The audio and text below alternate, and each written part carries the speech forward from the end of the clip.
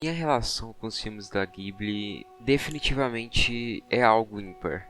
Não me considero, na realidade, passo bem longe de ser o fã número 1 dos filmes da Ghibli, mas eu sempre fico encantado com quão mágicos os filmes são. Porém, desde que eu vi o primeiro trailer do Menino e a Garça, eu realmente fiquei fascinado.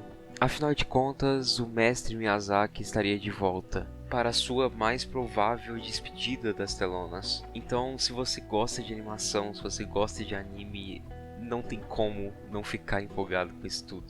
E sinto que esse foi o filme que eu mais gostei da Ghibli. Eu pensei muito tempo para fazer esse vídeo, até porque eu não consegui reassistir o filme. E realmente isso acabou atrapalhando meu processo criativo para criar esse vídeo.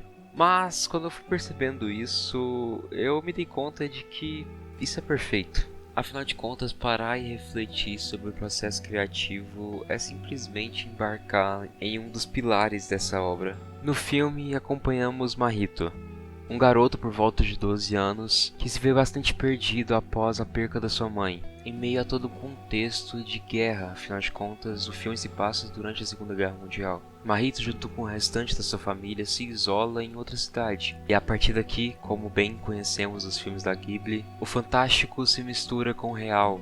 E Mahito começa a receber inúmeras visitas de uma garça falante, a qual garante para ele que a sua mãe ainda está viva. E dessa maneira embarcamos em uma jornada de autodescoberta, tanto pessoal quanto de um novo mundo bastante fantástico. Para seu retorno e para seu possível último trabalho, não podia ser algo diferente. Miyazaki aqui, desde o início, nos convida a embarcar em uma obra bastante introspectiva.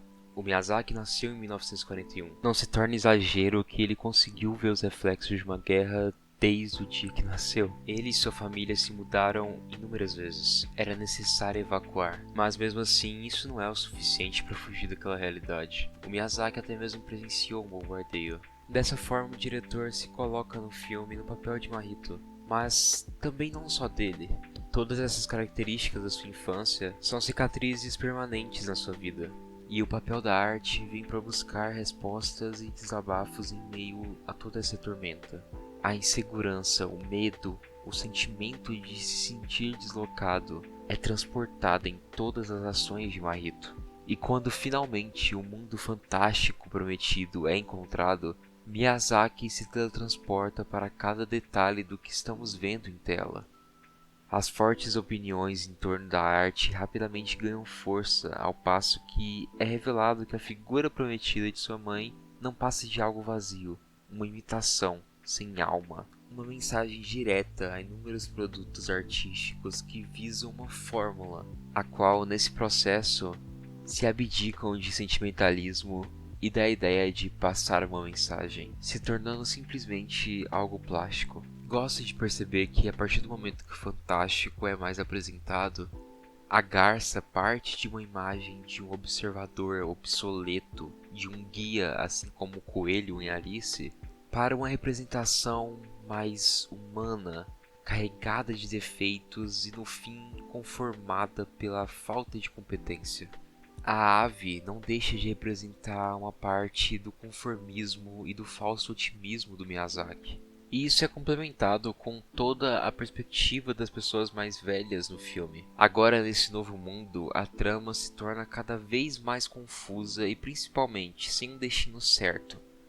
Muitas vezes pode parecer que o filme não sabe para onde está indo, mas é justamente isso que simboliza perfeitamente o confuso sentimento da perda e também do processo criativo. E com toda certeza isso foi o que mais me chamou a atenção com esse filme.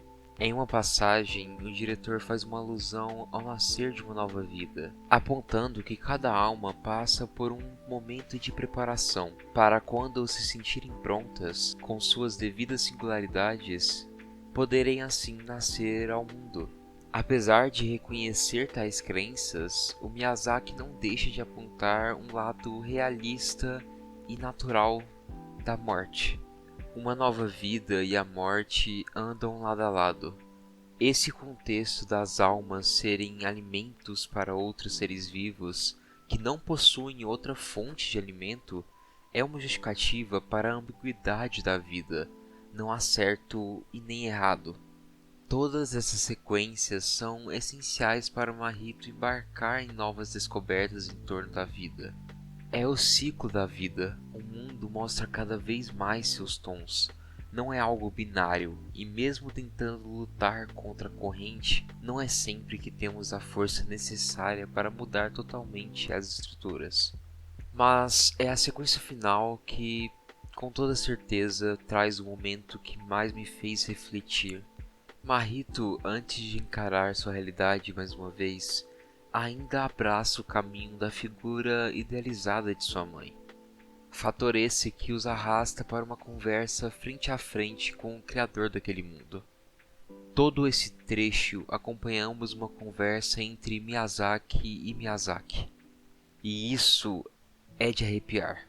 Assistir um artista tão grande que está cada vez mais perto do fim de sua passagem em nosso mundo gera reflexões em torno da relevância de sua arte, de seu legado, das inevitáveis dificuldades encontradas em torno de nossas vidas.